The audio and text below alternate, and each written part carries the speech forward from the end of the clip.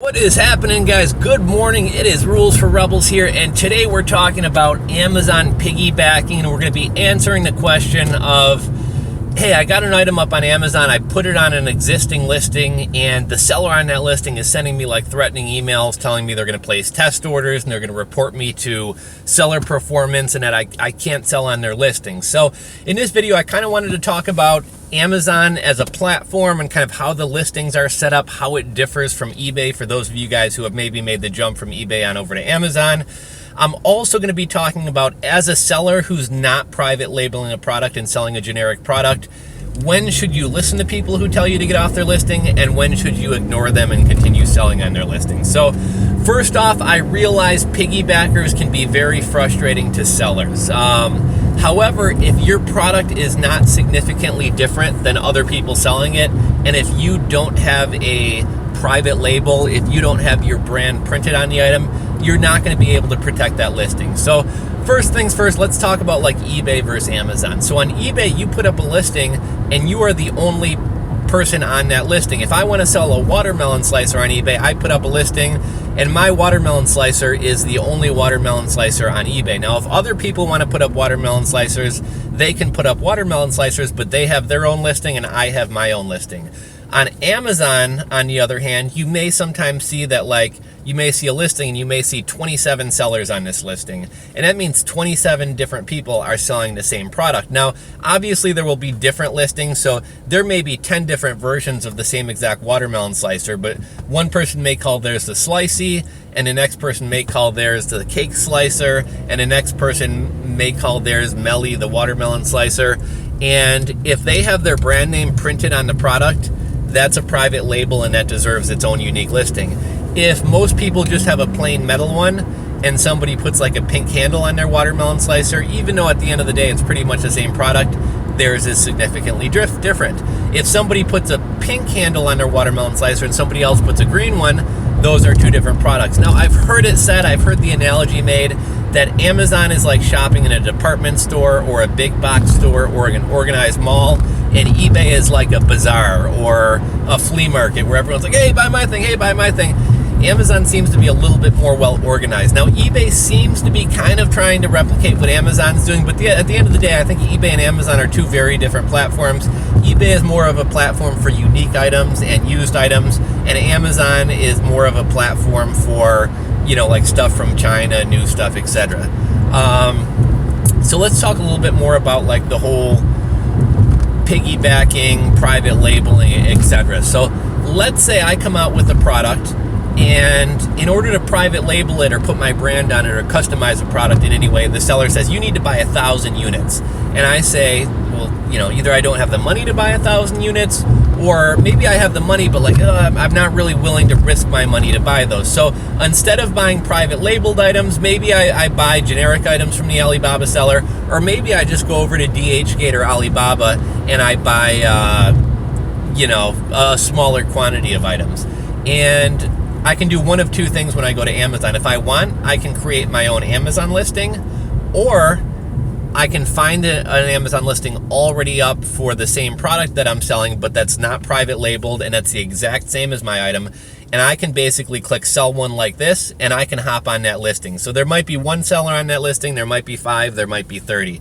Now, obviously, the less people on a listing, the better, because you're not competing for the buy box. You're not competing, you know, if I go to buy a watermelon slicer and there's 30 people on this listing, you have a 1 in 30 chance of getting picked that they're going to buy the item from you. So that's why people like to keep their listing to themselves, and they do so by private labeling their products. So I just happen to have a fidget spinner, one of these spin toys that's really popular right now. Now, this fidget spinner, there's nothing unique about it, right? There's no name on it, there's no brand on it, it's just a plastic fidget spinner. Now, this fidget spinner is being made by literally thousands of different factories in China. So as long as somebody doesn't private label this and put their brand name on it or change the design, this fidget spinner, even if it's made by a different factory, is really no different from the other ones found on Amazon. Now, what you'll see a lot of people do, they may put a letter in here in the middle, they may put a logo in here in the middle, but they may put their name on it, and by doing that, I can't go jump on their listing, because if I go jump on their listing and I'm sending this fidget spinner out to customers and customers are expecting a fidget spinner that says, spinny or something on it, in all honesty, most customers will probably care less whether there's a logo on it or not. And I've even heard a lot of customers say, I'd actually prefer there isn't a logo on it. But the whole reason of putting the logo on it is to deter other people from getting on their listing. So just for example, if I hopped on somebody's listing and their fidget spinner said spinny in the middle, and I hopped on their listing, they would probably send me a message and they would say, hey, we see you selling on our Amazon listing ASIN number XYZ5423J. Our item is a private label brand.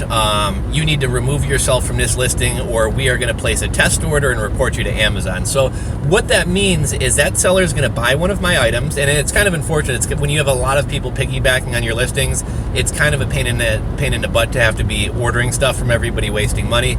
But basically what that seller would do is order one of my fidget spinners, and once it was delivered to them, they would put mine on the ground and they would put theirs on the ground next to it, and they would take a picture and they would show that mine doesn't have any logo in the middle, and they would show that theirs says spinny in the middle, and they would email Amazon Seller Performance and say, hey, these guys are selling the wrong product on this listing. Mine says spinny, it's my brand, and this guy's just selling generic ones. And it may take a couple test orders, it may take Amazon a while to do it, but eventually Amazon will remove me from that listing and may potentially penalize my account for selling on that person's listing. Now, something other people do is change a product. So on these fidget spinners, these caps, I don't know if you guys can see that, these caps are removable.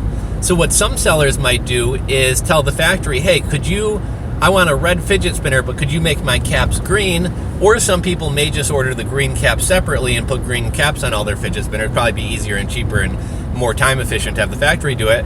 But now they have a red fidget spinner with a green center button. And maybe they put a logo on it or a name on it, maybe they don't. But the reason people do that is to differentiate their product from other people's product. And the more different your product is from somebody else's, the more chance there is of a customer complaining if they order and somebody else is on the listing. So I've seen a really popular item that 1 million people are selling are Cree Flashlights, C-R-E-E. They're little flashlights with like a pocket clip on them, and there's typically an orange button at the back. Now, I've seen some people do neon green buttons. I've seen some people do pink buttons, and a lot of people will call theirs a different brand name, although most people still stick with the name Cree Flashlight. Mine might be Jim's Cree Flashlight, because Cree is a pretty good brand, a reputable, good quality brand of flashlights. A lot of times people want to use that brand name, but they also want to private label it. So that's something that people will do. But typically, in order to private label stuff, to change a product, you have to meet a certain MOQ, because if they're going to customize a product, it needs to be worth their while. They're not going to do 5 units just for you. It needs to be maybe 50, 100, 500, 1,000. But that's why people are going to change up products. That's why people are going to try to make their products different than other people's products.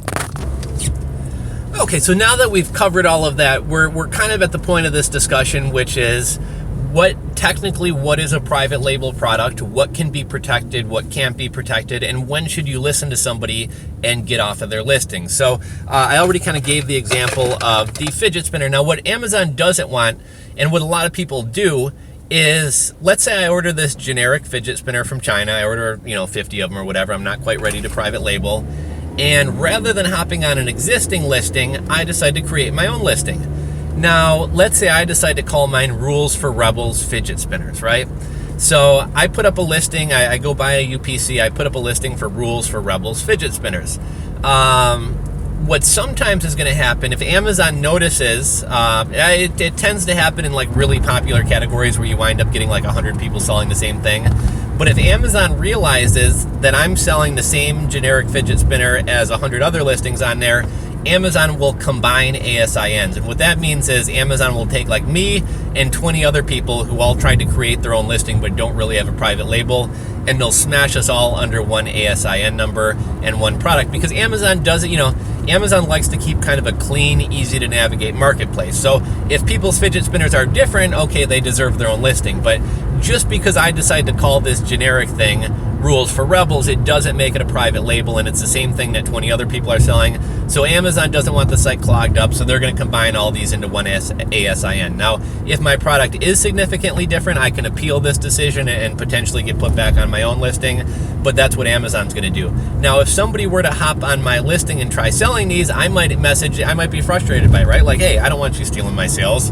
So I might would contact them and say, hey, I notice you're selling the, blah, blah, blah fidget spinner on my listing number ASIN 123J. Please remove yourself immediately from this or I'll place a test order. And that person may listen to me and may get off. I may have intimidated them off, or I may not. But at the end of the day, if I were to place a test order from them and they had the same exact fidget spinner show up, I have no leg to stand on. Like, Amazon isn't going to remove them from my listing because they're selling the same exact product from me as me. Now, again, if I were to have green caps on mine, or if I were to put the letter J for Johnny on here, now my product is significantly different. And if somebody hopped on my listing, I might send them a little threatening email, and then I might say, I may place a test order, and when the test orders come in, I'm going to take a picture of my fidget spinner with a green cap and theirs with a red cap, and I'm going to say they're not selling the same thing on my listing. Another thing that you'll notice on Amazon sometimes is somebody will include like a bonus. So maybe I buy a camera tripod, and the person says, I'm also going to give you a Bluetooth clicker remote so that you can take pictures so I could have my camera on a tripod, click a button and take a picture. Now, you'll see sometimes in the reviews, somebody will say, hey, mine came with a clicker, and somebody else will say, hey, mine didn't come with a clicker. And it's because somebody's piggybacking on that listing. The listing may say, or may show, a picture of the tripod stand, which is the main product, as well as the bonus product, the clicker, but maybe people piggyback on that, and a lot of times people won't go through the extra effort of buying that clicker to bundle with their item, and then some buyers are going to be upset. But that's why a lot of people will add like a free bonus item to go along with their product, because then when people buy the camera stand and they don't get the clicker, people like free stuff. People want to get what they paid for, and they might complain about that person or file a report with Amazon. So that's why people a lot of times will throw in a bonus. And one thing that Amazon says, I forget the exact wording in the TOS, but Amazon says something to the effect of, whatever your bonuses has to have some value. So I can't be like, hey, buy my fidget spinner and I'm going to throw in a free paper clip, because that's not really any value, right? Nobody wants a paper clip. And even it's somewhat subjective. Like, some people will throw in a sticker or a little card with like planting instructions if they're selling you a pot. But Amazon wants something of significant value added if you're going to consider this like a bundled item. But guys, I've rambled on long enough. So you guys probably just want to know, bottom line, when should I get off somebody's listing and when shouldn't I? So when you look at somebody's pictures on the Amazon listing, if you don't see a brand name on it, and if you don't see something significantly different from your listing, you're probably safe to sell on their listing. Now, the only way to know 100% for sure whether you're selling the same item as them is you would literally have to place a test order from them. So basically, let's say I'm thinking about selling this fidget spinner, and I want to sell this fidget spinner on an existing listing. What I may do is go order a fidget spinner from that listing. When it arrives, I look at it and I say, okay, it doesn't have any brand name on it. Okay, it's got the same little designs and stuff. Okay, it's the exact same product. Okay, I'm going to hop on their listing. And when that person contacts me and says, hey, you need to get off my listing, ASIN, blah, blah, blah, what I would email them back politely and say, look, I understand you don't want competition on your listing, but you are selling the same exact fidget spinner as I am. And, go ahead and place a test order if you like, but our fidget spinners are the exact same, and Amazon isn't going to do anything about it. And at the end of the day, Amazon won't do anything about it for the most part. Now, one thing some people will do is buy a generic, and this is actually something I recommend. It does add a little bit of I don't know if it adds a layer of protection so much as it's a little bit of a deterrent for other people, so maybe it keeps people from even getting on your listing in the first place. But maybe I only want to order 20 of these or 50 of these. So I order the generic fidget spinner, and then I go to a website that will make a custom package for me. So maybe they make like a little box, and I have the box say rules for Rebels fidget spinners. Now, the actual product is not significantly different than anybody else's product, but when I put my picture on Amazon, maybe I take a picture of this fidget spinner in my box, and then when people see the listing with a custom printed box, for probably 90% of people, that's going to be a deterrent, and they're going to say, you know what, I'm going to go find an easier listing to hop on, and they're going to go hop on somebody else's. So if you can't do a large enough MOQ, or if you're not comfortable doing a large enough MOQ to truly get a private label product, something you may want to consider doing is getting a custom made box. Now, I've seen Amazon stand behind people who do this sometimes. I've also seen Amazon tell people your product isn't significantly different. they have every right to sell on your listing. But it's not really meant to be able to report people to Amazon. It's more meant as a deterrent to try to help keep people off of your listing. So that's kind of how that whole thing goes with, should I get off somebody's listing, should I not? You can look at their listing, but at the end of the day, unless you actually place an order for them and inspect their product, you're not going to know 100% whether you're selling the same product or not. And if you value your Amazon account, I would say spend a couple dollars to order from them. Make sure that you are selling the same product from them before you do anything. Now, one last thing I want to mention. If you don't have a private label product and if you don't have an Amazon listing that you can protect, do not put money into promoting your listing. And here's why I say that is in the past, I was selling a product that I feel like people shouldn't have been able to hop on my listing, but at the end of the day, it wasn't necessary. It was an electronic component, so I think quality-wise, my product was of higher quality than other people, but just looking at it, you couldn't really tell that mine was different from somebody else's. So I put a lot of money, hundreds of dollars into giving away free products to build up reviews. This is back before last October 4th when you were still allowed to do that. So I put a lot of money into building up, giving out free products to build up the reviews on this listing. I also ran a lot of Amazon PPC, pay per click, where I'm paying 50 cents or $1 per click to get people to come to that listing. And then people started piggybacking on my listing, and I would send out the little threatening email, and I would say it was probably like 50-50. Half the people would within a few hours or a day of getting my email, would remove themselves from the listing. Half the people would just stay on the listing. There was actually one guy who was on my listing, and it was a bigger company. They were like a Chinese manufacturer, a Chinese importer, and they had a phone number on their thing. So I actually called the phone number. I said, hey, look, you're on my listing. Get off my listing. And I kind of thought the guy would be like, oh, okay, I'm very sorry. I'll take myself off. He basically was like, does yours have a brand name on it? Is it green? So, yeah. Okay, well, you're selling the same thing as us, so we're not going to get off of it. And, I screamed and hollered and, oh, you got to get off of there. But he was like, I'll look into it. But he's like, honestly, if you're selling the same product as us, I'm not going to get off your, and he straight up told me I'm not going to get off your listing. So, that's kind of what you run into sometimes. But the reason you don't want to put a ton of effort into building, or time, money, effort into building backlinks, PPC, giving away free products for reviews, the reason you don't want to do that on a generic product is because essentially you're building up a listing for other people to come hop on and siphon off your sales. So if you're going to expend your time and your effort and your money on building up a listing, make sure it's a listing that you can actually protect. Otherwise, you're essentially paying for everybody else's marketing as well. So I know this video ran a little bit long, but I feel like this is a really important topic. This is something that I think a lot of people wonder about. I know a lot of people aren't quite at the stage where they're ready to order large quantities. And so, I think this is important stuff to know before you start selling on Amazon. I'd hate to see you guys give away $300 in free products just to have 6 new people come hop on your listing and undercut you on price and start stealing your sales, and there's nothing you can do about it, and you essentially spent that money on nothing. So don't put time, money, or effort into promoting listings unless you can actually protect the listing. And hopefully this video is valuable to not only those of you who are maybe piggybacking on listings, to know when it's allowed and when it's not, when you're going to get in trouble and when you're not, as well as to those of you guys out there who are sellers and are frustrated with other people piggybacking on your listings. I hope you guys understand and know what you have to do to truly protect your listings. So if you enjoyed this video, please give me a thumbs up. If you are not subscribed, smash that subscribe button below. I'm working hard on hitting 100,000 subscribers and getting my silver play button. And hope you guys enjoyed Side Hustle Tuesdays earlier this morning.